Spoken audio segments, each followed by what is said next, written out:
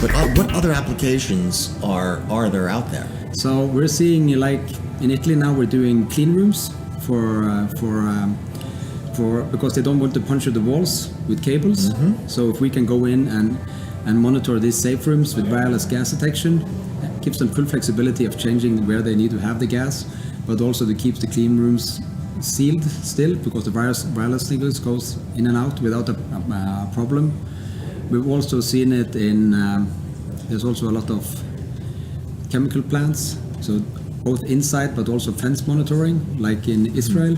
They impose that everyone who has potential of some hazardous gases going from their area into other building areas, they will need to have the stringent quality of gas detection on the fences to be able to alert neighboring sites. That's so fascinating.